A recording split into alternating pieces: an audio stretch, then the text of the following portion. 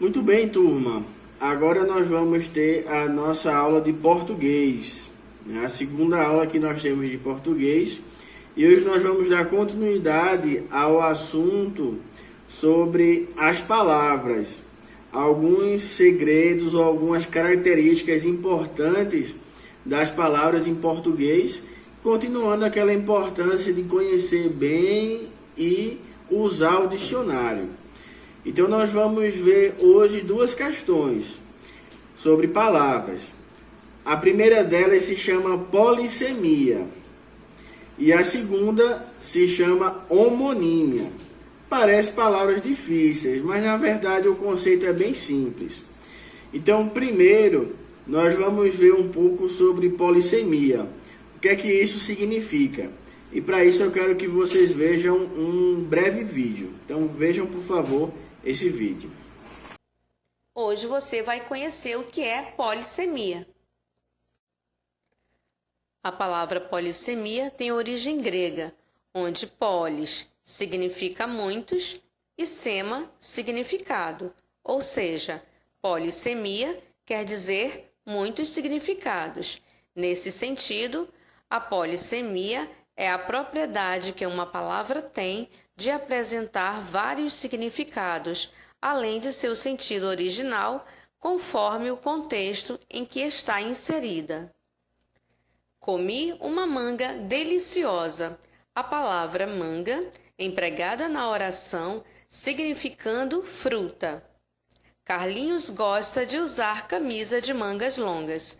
A mesma palavra manga, significando a parte da camisa que cobre os membros superiores do corpo. A menina está sentada no banco do parque.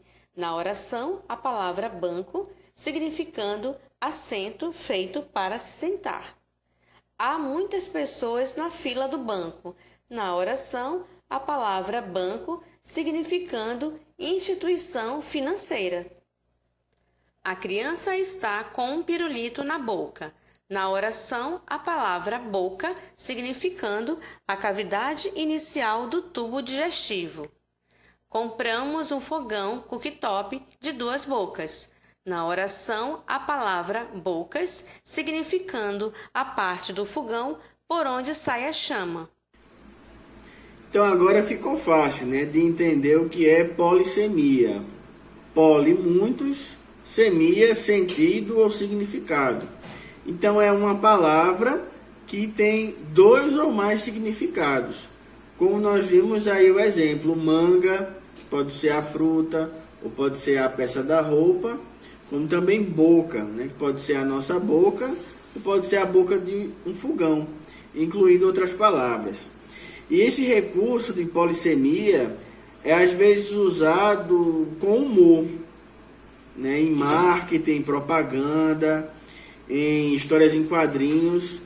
É diferente de usar com humor ou usar de forma desavisada, de se perder o sentido. Isso a gente tem que ter cuidado, mas se for usar com humor, é um bom modo do uso da polissemia. E agora uma tarefinha para vocês sobre esse assunto. Vejam essa tirinha.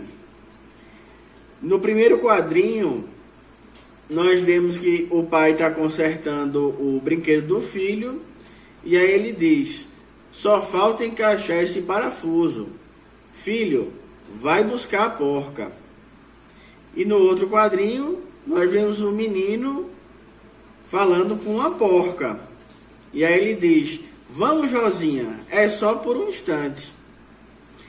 Será que é realmente isso que o pai estava querendo? Era essa porca que o pai queria que o menino trouxesse? Então isso é um recurso usado pela tirinha, que é na questão da polissemia. Então, lendo essa tirinha e pensando nela, eu quero que você responda a essas perguntas no seu caderno. A primeira pergunta: o que deu humor à tirinha? Segunda pergunta: no último quadrinho, o que a expressão da porquinha evidencia? Terceiro: em sua opinião, o que o gesto do menino sugere? E quarto, procure no dicionário o verbete porca e explique quais significados ele possui. Tá certo? Então, essa é a tarefinha sobre polissemia. Mas temos mais um assunto a tratar ainda nessa aula, que é a questão da homonímia, palavras homônimas. Então, parece difícil, mas agora nós vamos ver também um vídeo bem curtinho que explica mais sobre isso. Então, dê atenção ao vídeo. Os homônimos são palavras que têm a mesma pronúncia, às vezes a mesma grafia, mas o significado é diferente. São divididos em 3 tipos: os homógrafos heterofônicos, que apresentam a mesma escrita e têm diferença nos timbres ou na intensidade das vogais. Exemplo: jogo, substantivo, e jogo, verbo. Vimos que a palavra tem a mesma escrita, mas ao pronunciarmos notamos que existe diferença no som. Também temos os homófonos heterográficos, que são iguais na pronúncia e diferentes na escrita. Exemplo: concerto, que é uma seção musical escrita com C, e concerto, o ato de concertar, que é escrito com S. O som emitido ao falarmos é exatamente o mesmo, mas escrevemos de forma diferente. E por fim temos os homófonos homográficos, que são iguais na escrita e na pronúncia. Exemplo: caminha, que é o diminutivo de cama, e caminha, do verbo caminhar. Então agora ficou fácil de entender mais o que são palavras homônimas. É claro que treinando, enriquecendo o nosso vocabulário, vai ficar mais fácil distinguir qual é qual e como usar corretamente sem errar. Sem errar na pronúncia e nem na escrita, por exemplo. Nós vimos que temos 3 tipos de palavras homônimas. Primeiro são palavras homógrafas. Homo, igual ou semelhante, e grafo, escrita. Então são palavras que são escritas iguais, mas que têm pronúncia diferente. Temos os homônimos homófonos. Homo, igual, fono, vem de fala ou de som. Então elas são grafadas diferente, a escrita dela é diferente, mas tem o mesmo som. E temos os homônimos perfeitos, que eles são ao mesmo tempo homógrafos e homófonos, ou seja, tem a mesma escrita e a mesma pronúncia, como por exemplo a palavra são, que tem o significado do verbo ser, tem o significado de sadio, adjetivo, e na Igreja Católica designa os santos, São Francisco de Assis, por exemplo. Então é uma palavra que é falada igual, mas tem 3 sentidos diferentes, tá certo?